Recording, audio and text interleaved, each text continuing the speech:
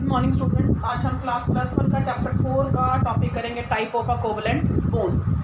Covalent bond दो तरह के होते हैं बेटा, एक सिग्मा बॉन्ड और एक पाई बॉन्ड। पहले हम करेंगे सिग्मा बॉन्ड। सिग्मा बॉन्ड को आप कैसे लिख सकते हो, इसको रो भी लिखते हैं ऐसे। और सिग्मा बॉन्ड का मतलब क्या होता है बेटा, सिंगल बॉन्ड। याद रखना क्या होता है इसका मतलब, सिंगल बॉन्ड। क्या होता है sigma bond? When a bond is formed between two atom, कि दो एटम के बीच में बॉन्ड बन रहा है। और कैसे बन रहा है? Bye the overlapping of atomic orbital.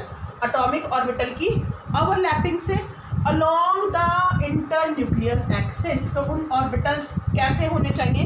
इंटरन्यूक्लियस axis पर होने चाहिए। और वो एक दूसरे के साथ मिलकर क्या बनाते हैं? सिग्मा बॉन्ड बनाते हैं, जिसको हम क्या बोल देते हैं? सिंगल बॉन्ड भी बोल देते हैं। और सिग्मा बॉन्ड बेटा तीन तरह की ओवरलैपिंग हो सकती है, एक SS, एक SP और एक PP। अगर हम SS का एग्जाम्पल करें तो इसका एग्जाम्पल क्या है? Hydrogen molecule.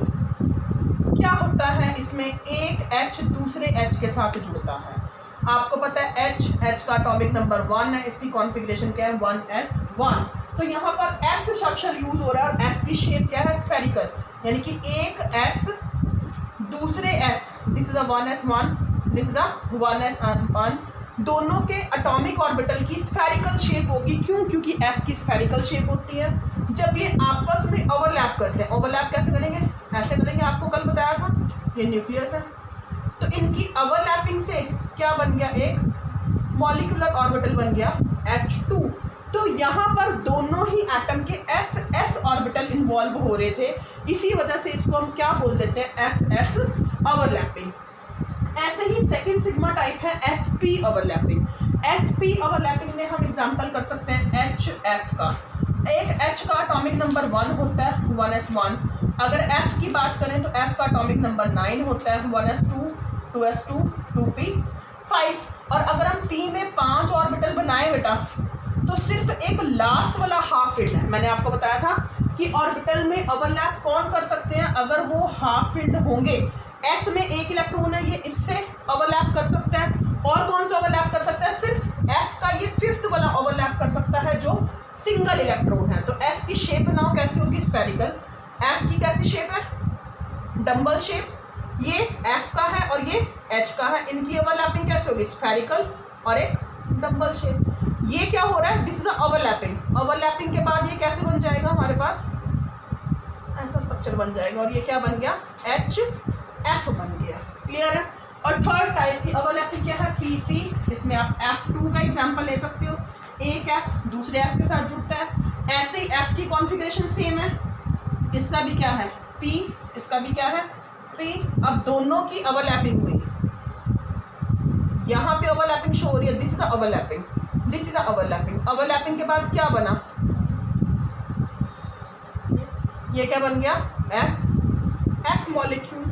क्लियर है बेटा? तो क्या हुआ? कोवलेंट बॉन्ड दो तरह के हैं। First is the sigma bond. Sigma bond को रो से रिप्रेजेंट करते हैं और इसका मतलब होता है सिंगल बॉन्ड। अगर आप देखो H में सिंगल बॉन्ड है, HF में सिंगल बॉन्ड है, FF में सिंगल बॉन्ड है। तो ये जो ओवरलैपिंग हो रही है एक एटॉमिक ऑर्बिटल की दूसरे एटॉमिक ऑर्बिटल की, ये एक ही एक्सिस में हो रही है, एक्स एक्सिस में। सीधे ऐसे ओवरलैपिंग हो रही है बेटा, सीधे ओवरलैपिंग हो रही है। ये जो मैं आपको शो कर रही हूँ, this is the overlapping at a one axis. ठीक है? नॉट अबव इट और not below it. This type of a overlapping is called a internuclear overlapping. अब सेकंड टाइप क्या है कोवलेंट बॉन्ड की? Pi bond.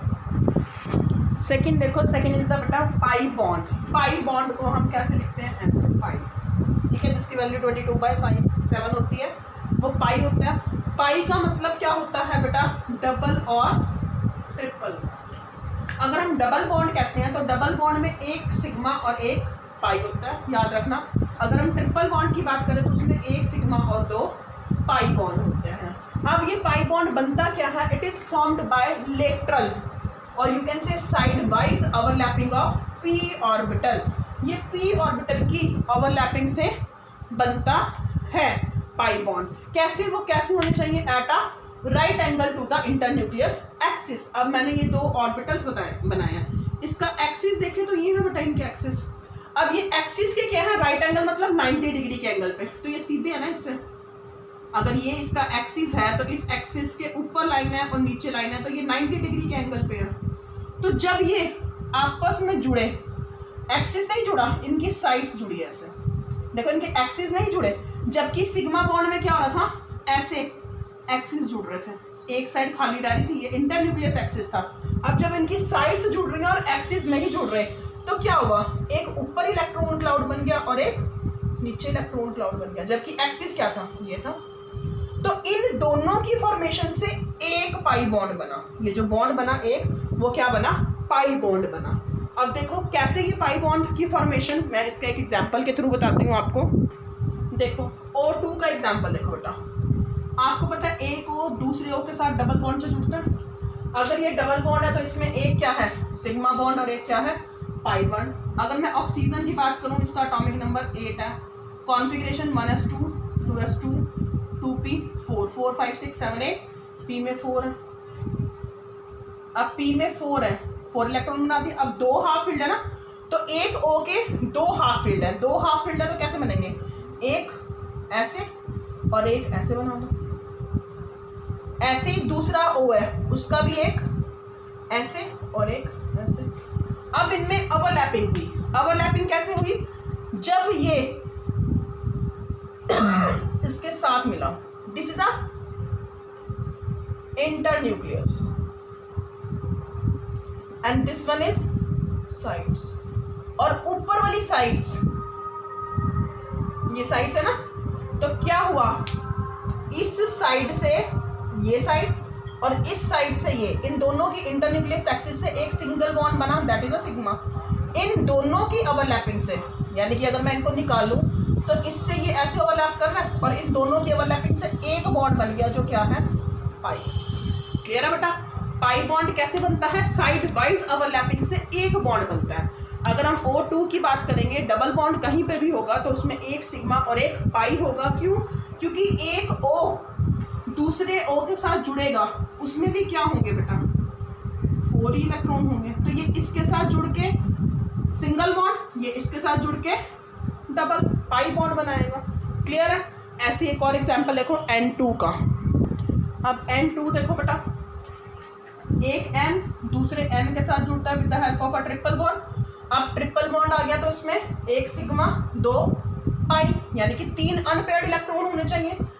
क्या है, 7 1s2 2s2 2p 3, तो p में कितने हैं,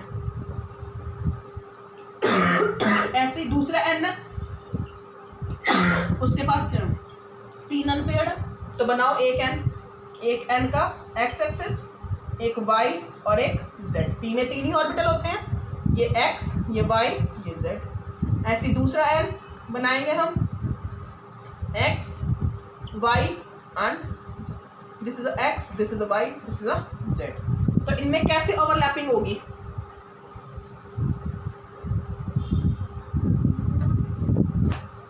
कैसे ओवरलैपिंग होगी, this is x, this is y and this is z। x axis से x मिलेगा, y से y मिलेगा,